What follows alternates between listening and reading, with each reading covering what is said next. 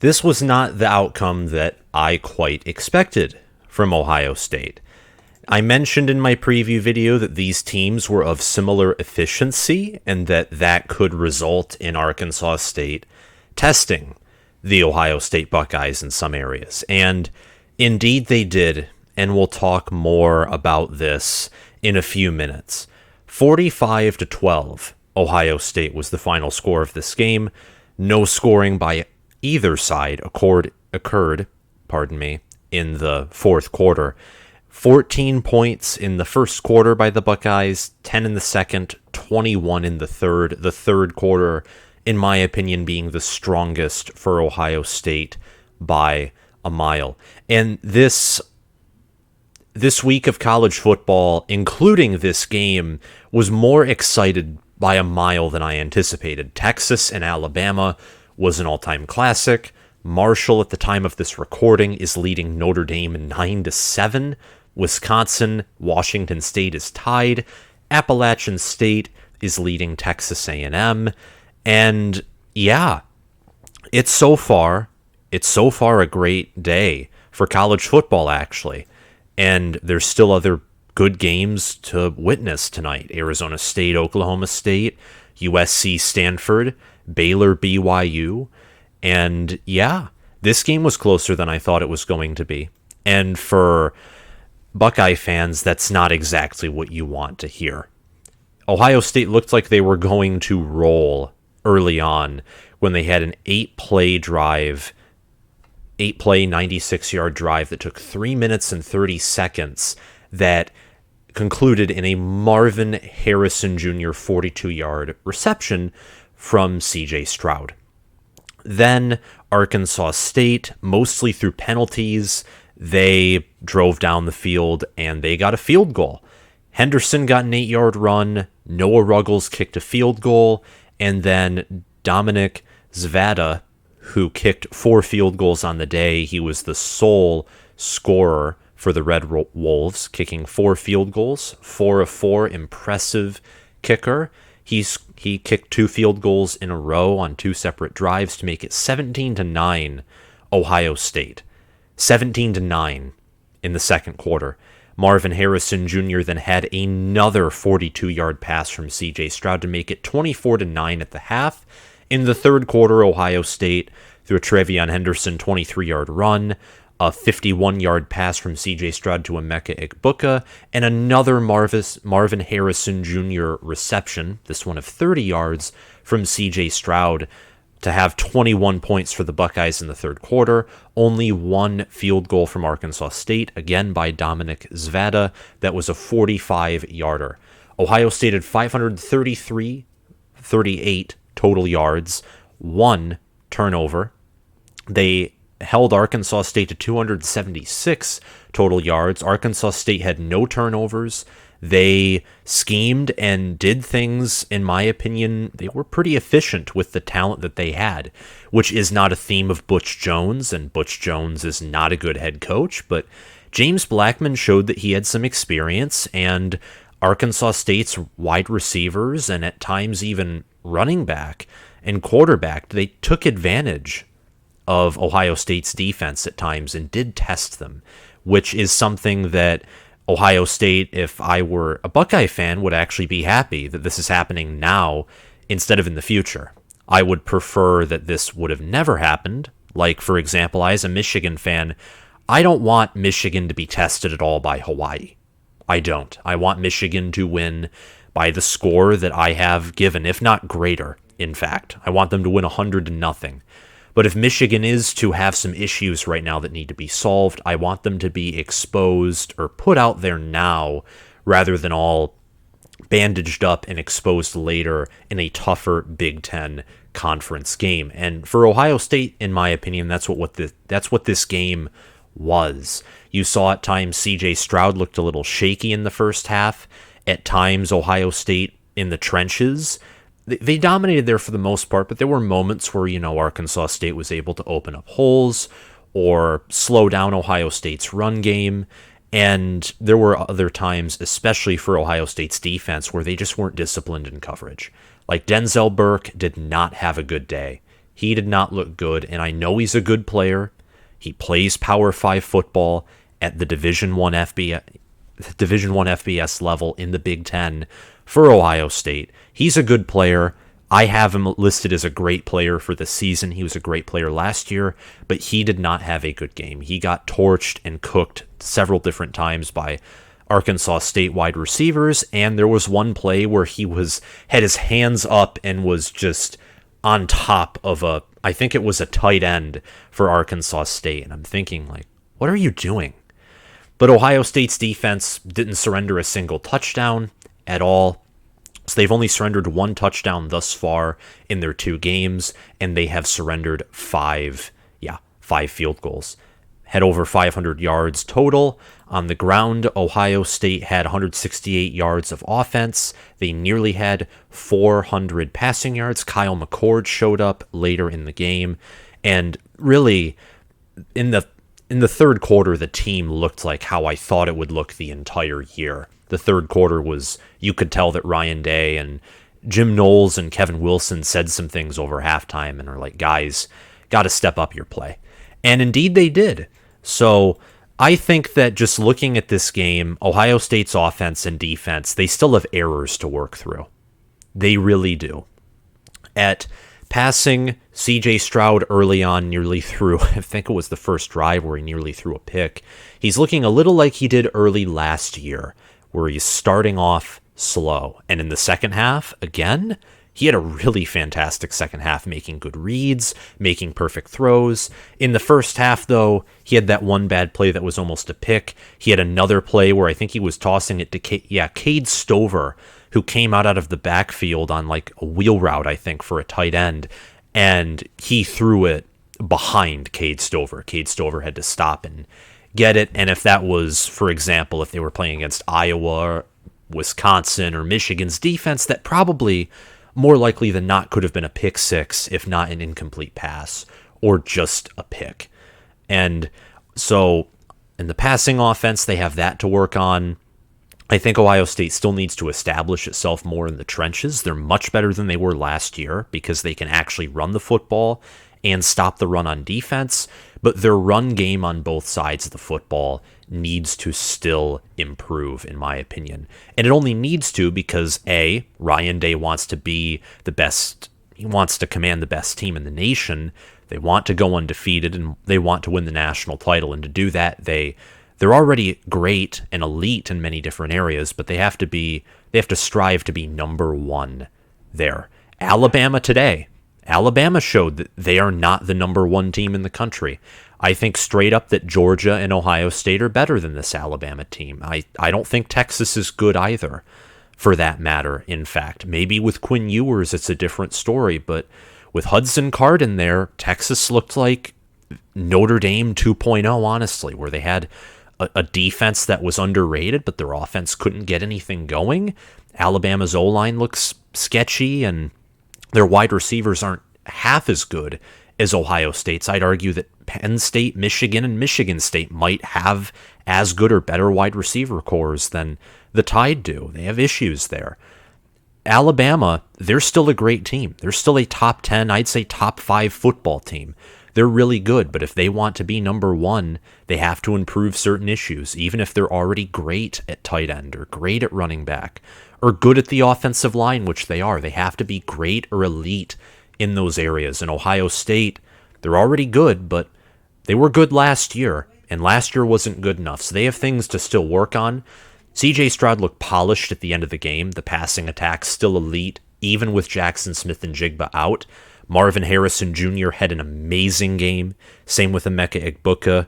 Cade Stover got some receptions. Xavier Johnson, who had a good game against Notre Dame, also got 3 receptions.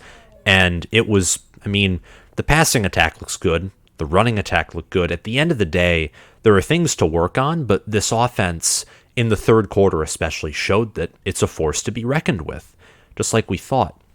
And that leads me into saying that the Buckeyes, they looked like a top 5 team after halftime. In that first half, I'm sitting here thinking, like, this team is, for the number 3 team in the nation, this is unacceptable. And the score at the end of the game, I would still agree, is unacceptable. I mean, Ohio State should have won this game. They should have scored minimum 50, 60 points, probably held Arkansas State to under 10, honestly. And I understand that one of the, the field goal by Noah Ruggles, I think should have been a touchdown because the receiver had full control when he crossed the plane, had full possession, but then when they pushed him out, the ball after that popped loose. So I don't know to a certain degree regarding that, but what I do know is that Ryan Day and the Buckeyes, and they're not ecstatic about the result of this game. There is a lot for them to work on. A win's a win. It's great. And the way they looked in the third quarter, the second half, look that way the rest of the year, and you will probably go 12-0 or 11-1. You'll be one of the better teams in the nation.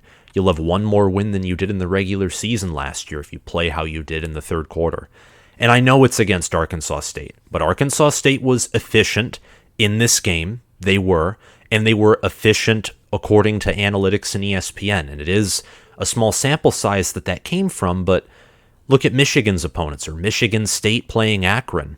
Not nearly as efficient as Arkansas State was listed as. So Ohio State did get tested a little bit.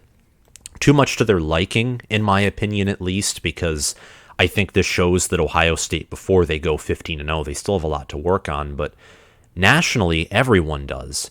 And I don't know how Georgia's looking right now, but so far they probably have the best argument to, be the number one team just by how they embarrassed Oregon, who I don't think is a ranked team, but the way they won that game was impressive nonetheless. But the Buckeyes look top 5 after half, and I'm not going to be changing my rankings or releasing a top 25 of my own until the last week of September or the beginning of October, like I said in my prediction video for this game. Let's talk about some ramifications before we close out this video. TreVeyon Henderson is back in his groove. He will remain starter at running back. He will remain starter for sure. And he was always going to be in the rotation with Miyan Williams no matter what. But the game that he played today, the reps and carries he got 10 carries to Miyan Williams 8, and he had 3 yards per carry average more than Miyan Williams did, and 2 more touchdowns, 2 rushing touchdowns to Miyan Williams 0. He's re-solidified himself as the main running back. He's running back number 1. Miyan Williams is running back number 2, and it was really never going to be anything greater than Henderson or Miyan as 1A and the other being 1B. But Henderson has cemented his place as the starting running back, as the best running back, and playing an inferior defense compared to Notre Dame's, you saw that his ceiling is higher than Williams, and him in open space, him like finding holes and being schemed into having holes produced for him by his O-line, instant results. He's an impressive young man, and I can't wait to see what he does for the rest of the season. Marvin Harrison Jr. is an elite wide receiver. I'm glad I put him on my first team All Big Ten. I am so glad. I mean, the catches he made were absolutely impressive. Made impressive catches, and he made 2 catches of 42 yards, 1 of 30 yards for a touchdown. He had 7 receptions for 184 yards, 26.3 yards per reception, and 3 receiving touchdowns. That's crazy. And, I have bad picks. I have good picks. And everyone does. I think this is one of my better picks thus far. 184 receiving yards. Against Notre Dame, he had 56. He has nearly 250 receiving yards, 3 receiving touchdowns, and a total of 12 receptions so far on the year. I'm glad I put him there on my first team All Big Ten. And when JSN comes back, yes, his production will probably sink back. But Ohio State, to me, what they proved after this game is they are still more of a passing team than a run team. They want to establish the run game. I get that. But watching this game just told me that they just fit better and play better when they choose to pass the ball and prioritize passing the football over running the football. And you got to run and you got to do both in order to win. and I understand that, and I think this Buckeye team will be better at that than they were last year, where against Penn State, Nebraska, Oregon, Michigan, they really couldn't run the football, or they could run it just well enough to be in the game, but not control it, which was a problem, especially against Oregon and Michigan, where, they were much better at running the football, whereas Penn State and Nebraska couldn't run the football, and that allowed Michigan and Oregon to, control the clock, control aspects of the game, make Ohio State uncomfortable. But CJ Stroud, him looking rough in the first half, but dramatically improving in the second, and Marvin Harrison really stepping up along with Emeka Egbuka, this team is a pass team. They are a pass, even with JSN being out, this is a pass-heavy team. It's designed to be pass-focused with the quarterback in play, with the wide receivers they have. And again, they faced Arkansas State, but I looked at this game and I'm thinking, even with JSN out, they still might have the best wide receiver core in the country, even with their best one hurt. That is how deep this wide receiver room is. They're all crazy. They're all athletic. They all know how to control their body and how to use their hips and how to, drop and go. They're fast. They run perfect routes. I mean, this is a crazy good wide receiver core. It reloaded. There was no rebuilding for this wide receiver unit. There was only reloading and retooling by Brian Hartline and Ryan Day. And the offensive line improving. Tight end, Cade Stover looked good. He had 40 receiving yards. This offense looks good, especially in, again, the third quarter. It was a great third quarter by the Buckeyes. And I said at halftime, because my mom and I were actually watching the game together and the Texas-Alabama game, I said, a good third quarter won't, make up for the sins of the half, but it will put a positive notion on Ohio State moving forward and, show that they're still a team that is a force to be reckoned with and a national title contender.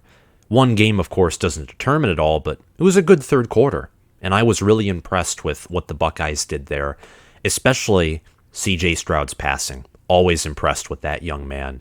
He's good character, good leader. He is what he is. I don't know if he's Bryce Young level in the fact that he can carry an entire team on his back, but his athleticism, his arm, I'd say he has a better arm than Bryce Young does, better touch to his throws, but who knows? It is, after all, still week 2. Denzel Burke in the secondary struggled with discipline and coverage. It was especially Denzel Burke, but there were other moments where there was just missed tackle after missed tackle after missed tackle. And in the red zone, this wasn't a problem at all because Ohio State held Arkansas State to field goals. So regarding the defense, I said they had things to work on, but there's still positive takeaways in that your red zone defense is very good. Your linebackers are better than I expected them to be. They just are. And there are players that have showed up who look like they're going to be better than guys who I thought were second or first team All Big Ten. Steele Chambers, a linebacker, had a sack, a tackle for loss, and 6 total tackles. Cody Simon is another linebacker, and he had 2 tackles for loss, a pass defended, and 6 total tackles. Michael Hall Jr., I did not know about Michael Hall Jr., defensive tackle. I did not know that he was going to be a big impact. And he is. He had a sack, 3 tackles for loss, 3 total tackles. Another good game for Michael Hall Jr., who's starting at defensive tackle and has made a good impact. Tyleik Williams up there too, another defensive tackle, and he had I think 1.5 tackles for loss and 3 total tackles. Teron Vincent was also in there. JT Tuimala was in there. Ohio State in total had 2 sacks, 12 tackles for loss, 3 quarterback hurries. Arkansas State, they had a sack, half sacks by Thurman Geethers and Jaden Harris, and they had 6 tackles for loss, no quarterback hurries. The Buckeye defense was consistently dominating the line of scrimmage. That's what the 12 tackles for loss shows. And the secondary did struggle with discipline and coverage at times, but the linebacker core impressed me, the D-line impressed me, and I think that, I think the secondary is still going to be a unit that, with their experience and with Denzel Burke being the great player that he is, he'll rebound. This defense has a lot of hope and faith and evidence behind its improvement. And finally, quarterback James Blackman.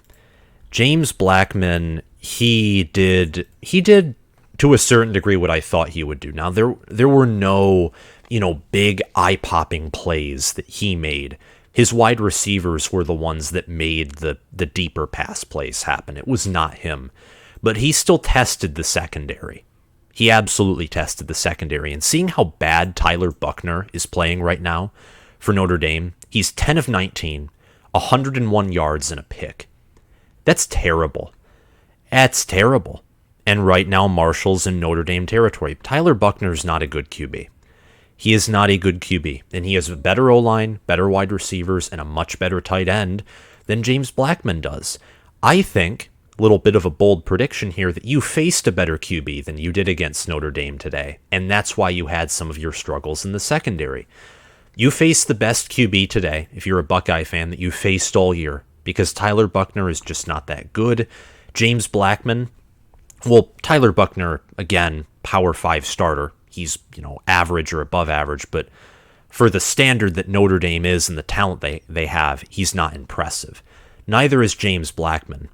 But James Blackman has much more years of experience, and Arkansas State also had nothing to lose either. But I think you faced a better QB this week than you did last week, and that's helpful because it helped tests your secondary a little bit, gives Jim Knowles some areas to target the defense and help them to work on, because he just, great defensive mind that he has. He's going to do that, utilize any opportunity he has to make this defensive unit better.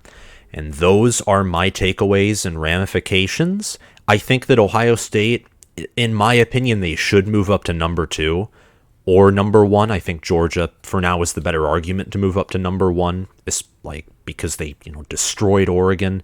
Don't know how they're doing they're only up by 13 against Samford. So I think that Ohio State or Georgia should move to number 1. I think both of them are better than Alabama. That Alabama performance, not going to make a video on it, but it was rough. Might make a post about it. It was a rough game. Definitely an entertaining one, though.